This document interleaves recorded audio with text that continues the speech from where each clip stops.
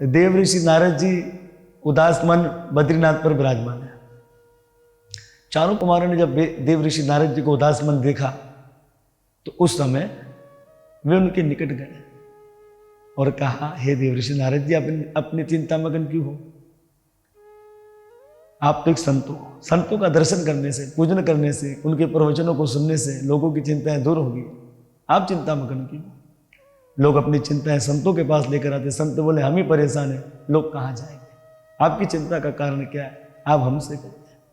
देव ऋषि नारद जी ने अपने बड़े भैयाओं के चरणों में नमस्कार किया और कहा, भगवान, मैंने स्वर्ग आदि लोकों से उत्तम इस मृत्यु लोक को चुना और मैं यहाँ तीर्थ धामों पर आया। पुष्करम चा प्रयागम चा काशी गोदावरी तथा हरि क्षेत्रम कुरुक्षेत्रम श्रीरंग सेतु बंधनम। मैं पुष्कर तीर्थ गया, मैं प्रयागराज गया, मैं काशी धाम गया, पर सब तीर्थ धामों पर मैंने क्या देखा? अधर्मी। तो पापियों के कारण तीर्थ धाम का जो रूहानी दिव्य भाव वो घट गया। फिर हमने सोचा चलो संतों का संग करते हैं। जब संतों का संग करने के लिए गए तो हमने क्या देखा? एक बड़ा सुंदर आश्रम। हमने पूछ लिया ये किसका आश्रम है? बोले मोनी बाबा का आश्रम। पर उस आश्रम से शोर की आवाज आ रही थी। हम तो चौंक गए, मोनी बाबा के आश्रम में शोर की आवाज। हमने कहा जो खुद फंसा वो हमें क्या निकालेगा।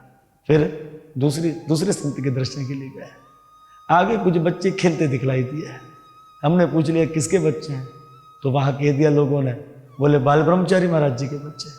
बाल ब्रह्मचारी महाराज जिन्होंने व्रत ले रखा है कभी विवाह ना करने का, तो महाराज जी ने विवाह भी कर लिया और बच्चे भी पैदा कर लिए। फिर देव ऋषि नारद जी ने कहा इनका भी संग नहीं करना चाहिए, किसी और संत का संग करना चाहिए। देव ऋषि नारद जी आगे बढ़े, बड़ा सुंदर एक भवन यानी कि महल दिखलाई दिया। पूछ लिया किसका महल है? बोले त्यागी बाबा का। तो देव ऋषि नारद जी कहते, भगवान, हमने सोचा कि जो बाबा खुद फंसा वो हमें क्या निकालेगा। फिर हमने सोचा गृहस्थों की स्थिति कैसी है, यानी कि जो शादीशुदा लोग हैं उनकी जिंदगी कैसी गुजर रही है। तो हम गृहस्थियों के घर गए और हमने क्या देखा? घर घर में महाभारत। किससे महाभारत? बोले पति पत्नी में, पिता पुत्र में, बहन भाइयों में झगड़े हो रहे। माता पिता का चलावा नहीं चलता, पत्नी का चलावा चलता है। और माता पिता की खटिया खेत में या किसी तीर्थ धाम पर। अगर माता पिता को घर में रख भी लिया तो साले सलाहकार है, उनसे सलाह नहीं ली जाती। और रिश्ते के नाते सौदे होते हैं, जहां सौदा पड़ जाए अपनी बेटा बेटियों को बेच देते हैं।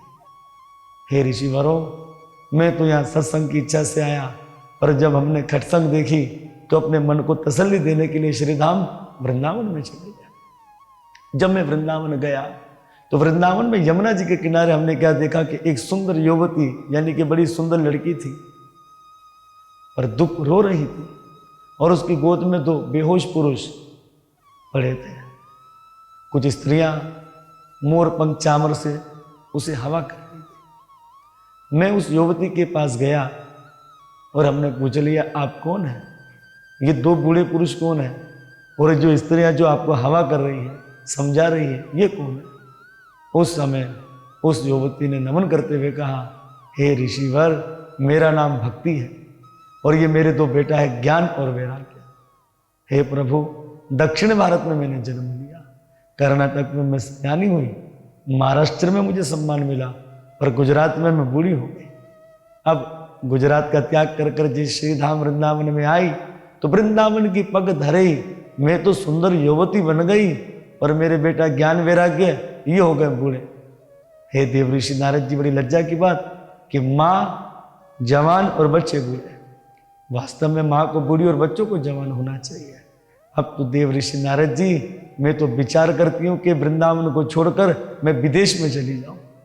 ये सुनते ही देव ऋषि नारद जी भक्ति मैया के चरणों में गिर गए। हे माँ, आप विदेश में मत जाइए, मैं आपकी महिमा जगत में प्रकट कर देता हूँ। माँ, सारा दोष ये कलयुग का है। कलयुग में ना तो कोई आपको पूछता है, ना आपके बेटा ज्ञान और वैराग्य। अच्छा भक्तों, ज्ञान बोलते हैं जानकारी और वैराग्य बोलते त्याग। तो ज्ञान और वैराग्य ये भक्ति की संतान है। तो देव ऋषि नारद जी कहते मैया सारा दोष कलयुग का है, इसलिए ना तो कोई आपको पूछता है, ना तो आपके बच्चों को पूछता है। आप श्रीधाम वृंदावन में आए, भगवान श्री कृष्ण की भूमि वृंदावन है, और भगवान श्री कृष्ण मैया आपसे बहुत प्रेम करते हैं। श्री कृष्ण आपसे इतना प्रेम करते हैं कि जिन्होंने मुक्ति को आपकी दासी बना दिया। हे माँ, श्री कृष्ण इतना प्रेम करते हैं आपसे, अगर आप पति से पतित घर में चली जाओ, पर कृष्ण ये नहीं देखते कि ये पतित है या पावन है। श्री कृष्ण केवल आपको देखते हैं और वहां चले जाते हैं। इसलिए माँ, सारा दोष ये कलयुग का है। भक्ति जी ने कह दिया, हे देव ऋषि नारद जी, ये कलयुग इतना दूषित है, इतना बुरा है, तो राजा परीक्षित ने इस कलयुग को मार क्यों नहीं डाला, क्यों छोड़ दिया? देव ऋषि नारद जी कहते हैं, माँ, जब कलयुग परीक्षित जी के राज्य में आ गया, राजा परीक्षित तो कलयुग को मारने ही वाले थे, पर हुआ ये, घबरा कर कलयुग राजा परीक्षित के चरणों में गिर गया। उस समय राजा परीक्षित को कलयुग पर दया आ गई। राजा परीक्षित ने कहा, हे कलयुग, बता तेरे अंदर क्या अच्छाई और क्या बुराई है। कलयुग ने कहा, देखो महाराज, बुराइयां तो मुझ में इतनी जिसका अंत नहीं, पर अच्छाई मुझ में केवल एक है। तो परीक्षित जी ने कह दिया, भैया कौन सी तुम में अच्छाई है? तो उस समय कलयुग ने कह दिया, यत् फलम नास्ति तपसा ना योगिना समाधिना तत्फलम लभते सम्यक कलो केशव कीर्तना। जो फल यज्ञ करने से मिलता था, समाधि से मिलता था, बड़े बड़े व्रत नियम को धारण करने से मिलता था, पर कलयुग में केवल हरे कृष्णा कृष्णा कृष्णा हरे हरे, हरे राम राम राम हरे हरे, कलो केशव कीर्तना। यही बात रामचरितमानस की उत्तराखंड में चौपाई में लिखा है कि कलयुग केवल हरि गुण गाहा, गावत नर पावहि भवता। कलयुग में केवल भगवान का नाम ही जीवों को भवसागर से पार उतारने वाला है। यही बात ब्रह्म नारद पुराण के 38वें अध्याय श्लोक नंबर 126 में बताई गई है कि कलयुग में केवल भगवान का नाम, केवल भगवान का नाम, केवल भगवान का नाम ही कलयुग में जीवों का उद्धार करने वाला है, और भगवान के नाम के अन्यथा उद्धार करने का कोई उपाय ही नहीं है। इसलिए कहते हैं कि नाम ही हमें नामी से मिलेगा। इसी तरह गरुड़ पुराण के अर्चा कांड अध्याय 223 में भी लिखा है, कीर्तनम देव कृष्णस्या महाबंधनम परिजते। कलयुग के मनुष्य भगवान विष्णु की पूजा नहीं करेंगे, उन सबका विश्वास पाखंड में हो जाएगा। सूत जी ने कहा, हे ऋषिवरों, ये कलयुग दोषों से भरा पड़ा है, पर इस दोष पूर्वक युग के अंदर एक उत्तम गुण है, वो है भगवान श्री कृष्ण का नाम संकीर्तन। सतयुग में जो फल ध्यान से मिलता था, त्रेता में जो बड़े बड़े मंत्रों के जप करने से मिलता था, द्वापर में जो सेवा से मिलता था, पर कलयुग में केवल भगवान के नाम के द्वारा ही वो फल की प्राप्ति हो जाती है। इसी तरह से पद्म पुराण के स्वर्ग कांड में भी लिखा है, मनुष्य श्री विष्णु के उत्तम नाम का जप करने से सब मंत्रों के जप को भा लेते हैं। मतलब अगर कोई मनुष्य भगवान विष्णु का नाम जप कर ले तो उसे सारे मंत्रों का जप का फल क्या होता है, मिल जाता है। फिर आगे कहते हैं, भगवान का नाम कितना पवित्र है, बोले गंगा आदि नदियों की जल की भांति भगवान का नाम और भगवान के भक्त सारे संसार को पवित्र कर देते हैंगे। इसी तरह से जो भगवान श्री हरि के नाम संकीर्तन करे, ऐसे भक्त का दर्शन करने से, उसे नमस्कार करने से, उनका संस्पर्श करने से जीवों का ब्रह्म हत्या आदि अगर किसी ने पाप किया हो उससे भी उसका उद्धार हो जाता है। तो बड़ा सुंदर यहाँ पर पद्म पुराण के अंदर भी भगवान के नाम की महिमा का वर्णन दिया गया है। नारद पुराण के पूर्व भाग के प्रथम पाद के अध्याय 37 में भी लिखा है, महाराज जो मोह के अंदर अंधा हो रहा है, जो पाप में गिर गया है, अगर वो मनुष्य भगवान का नाम जप कर ले तो उसका कल्याण हो जाएगा। इसी तरह से वराह पुराण के 140वें अध्याय में भी लिखा है कि भगवान के मंदिर में एक शूद्र जाति का भक्त था, जिसका नियम था कि वो नित्य रात में भगवान के नाम का कीर्तन करने जाता था।